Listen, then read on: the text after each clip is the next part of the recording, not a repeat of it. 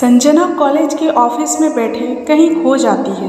वह अपने बीते हुए अच्छे दिन याद करती है कि किस तरह अर्जुन संजना को कॉलेज जाते देखा और उसका दीवाना हो गया था। घर वालों को मनाया, मुझे प्रपोज नहीं किया बल्कि मेरे घर अपना रिश्ता भेजा। अर्जुन स्मार्ट, लंबा चौड़ा, क्यूट सा लड़का था। बिजनेस बहुत बड़ा नहीं था पर इतना था कि जरूरत और शौक दोनों आसानी से पूरे हो जाते थे। ऐसे लड़के का रिश्ता भला कौन मना कर सकता था।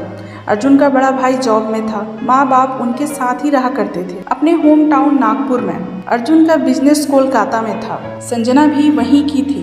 संजना कॉलेज में प्रोफेसर थी। दोनों परिवारों की सहमति से संजना और अर्जुन की शादी हो जाती है। संजना के सास ससुर संजना के साथ कुछ दिन रहकर चले जाते हैं। संजना बहुत खुश थी अर्जुन के साथ। दोनों अपना काम खत्म कर एक दूसरे के साथ वक्त बिताते थे। अर्जुन को पैसे और नाम कमाने का बहुत शौक था। वह अपने बिजनेस को और बड़ा करना चाहता था ताकि उसका नाम पूरे कोलकाता शहर में हो। कपड़े की फैक्ट्री थी, उसकी रात दिन की मेहनत कामयाब होती है। उसका बिजनेस बुलंदियों को छू रहा था पर इस कामयाबी में अर्जुन कहीं खो सा जाता है। संजना मैडम, आपको घर नहीं जाना क्या? पीछे से आवाज़ सुनाई दी तो संजना ख्यालों से बाहर आई। जी सर, जाना है, बस निकलती हूँ। संजना घर पहुंची तो देखा घर अस्त व्यस्त पड़ा है। शांता शांता आवाज़ दी। कोई जवाब न मिलने पर शांता को फ़ोन मिलाया तो मालूम चला कि वह काम नहीं करेगी, पर क्यों कोई वजह नहीं मालूम चली। संजना हॉल में पड़े सोफे पर लेट जाती है। दोस्तों, आप लोगों को अगर मेरी कहानी अच्छी लग रही हो तो मेरे चैनल को लाइक ज़रूर कीजिएगा, जो आप लोग भूल जाते हो, इसलिए प्लीज़। तो आगे बढ़ते हैं। लेटती ही वो सोचती है, अर्जुन किस तरह पूरे दिन में कितनी दफ़ा फ़ोन करके मुझसे बातें किया करता था।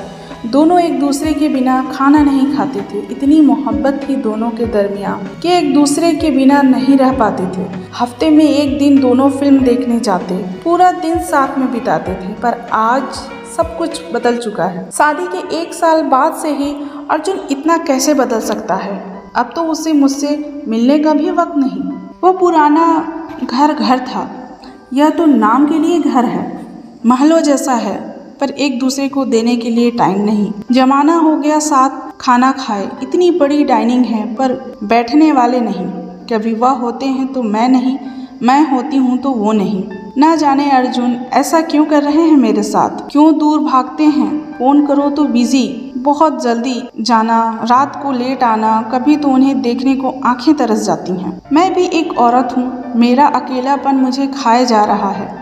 मेरे भी कुछ अरमां हैं, अपने पति से ज़रूरतें हैं। दिन तो कट जाता है पर रातें मुझे चिढ़ाती हैं। अकेलेपन में करवटें बदलती रहती हूँ। वो मेरी मनोदशा क्यों नहीं समझते। इतने पैसे और कामयाबी की क्या ज़रूरत जिसमें आप अपने अपनों को, अपनी पत्नी को ही भूल जाओ। घर की घंटी बजी तो संजना चौंक जाती है। आंखों से आंसू बह रहे थे। उन्हें अपने दुपट्टे से पोंछते हुए बाहर जाती है तो देखा सामने एक 30 साल की औरत खड़ी थी। उसने हाथ जोड़ नमस्ते किया और कहा, शांता ने बताया आपको अपने घर पर काम के लिए कोई चाहिए और मुझे काम चाहिए। राधा नाम है मेरा, मुझे ज़रूरत है काम की, पति नहीं है मेरा।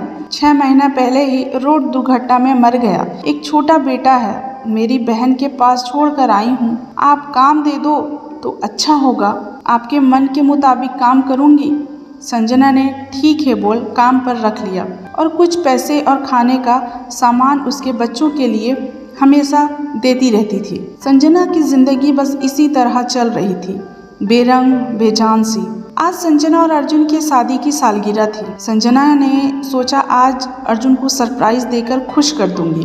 राधा को संजना के घर पर काम करते काफी दिन बीत चुके थे। वह भी संजना की मदद करती है। संजना फोन करती है पर अर्जुन फोन नहीं उठाता। संजना मैसेज छोड़ती है कि जल्दी घर आना, मुझे आपसे बहुत ज़रूरी काम है, प्लीज़। अर्जुन को ना तो उसकी सालगिरह याद थी और ना ही वह घर जल्दी आता है। राधा भी इंतज़ार कर घर चली जाती है। संजना पूरी रात इंतज़ार करती है पर अर्जुन नहीं आता। सुबह के 6 बज रहे थे तभी घर की डोरबेल बजी। संजना की नींद खुली, घड़ी देखी तो निराश मन से दरवाज़ा खोला। सामने अर्जुन था। वह कुछ नहीं कहता, बस अपने कमरे में चला जाता है। संजना सोचती है कि क्या हुआ है ऐसा जो अर्जुन मुझसे ऐसा बर्ताव कर रहे हैं। वह पूछने जाती है। संजना कहती है मैंने आपको फ़ोन किया था और मैसेज भी। अर्जुन ने कहा मैंने देखा नहीं था। संजना ने कहा तुम हमारी शादी की सालगिरह भी भूल गए। तुम क्यों इतना बदल गए अर्जुन? क्या हुआ है ऐसा? कुछ तो कहो। अर्जुन ने कहा मुझे और भी बहुत काम होते हैं। यह शादी की सालगिरह तो हर साल में आएंगे ही।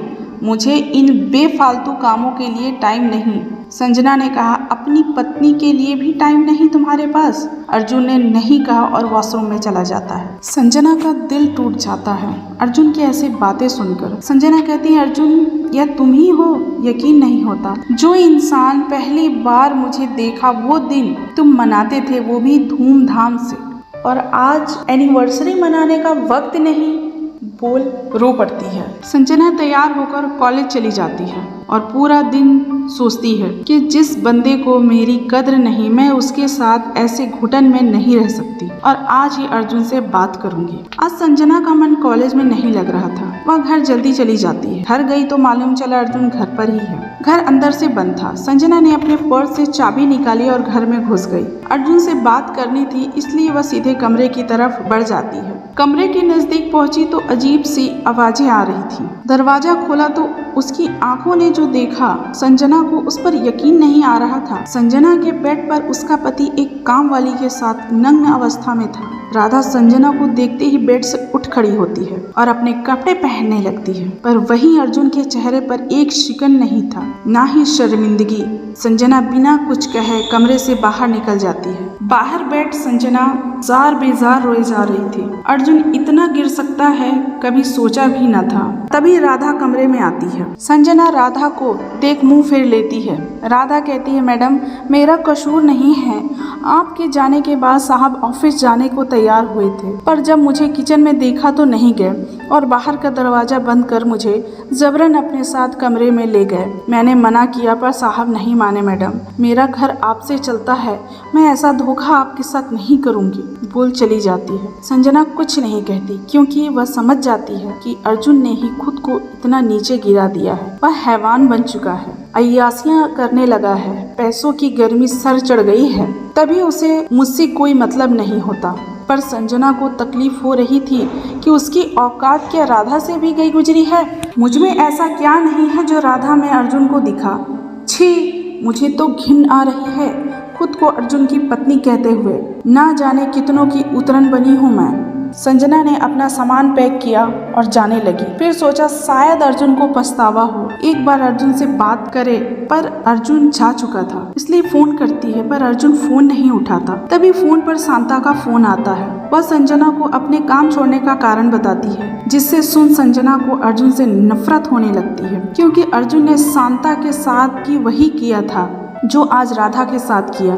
यह सुनते ही संजना बिना वक्त गवाए घर से यह सोच कर निकल जाती है कि इतने घटिया और गिरा हुआ इंसान मेरा पति कहलाने के लायक नहीं। मेरा नाम भी उसके साथ लिया जाए तो मेरे नाम की तौहीन होगी। अब मुझे कोई पछतावा नहीं होगा उससे दूर जाने में। और संजना अर्जुन से मुक्त होकर घर से चली जाती है। दोस्तों मेरी कहानी अच्छी लगी हो तो मुझे खूब प्यार दीजिए और हाँ लाइक और सब्सक्राइब करना बिल्कुल ना भूलें, जो आप लोग भूल जाते हो। मिलते हैं अगली वीडियो में, तब तक के लिए टाटा बाय बाय।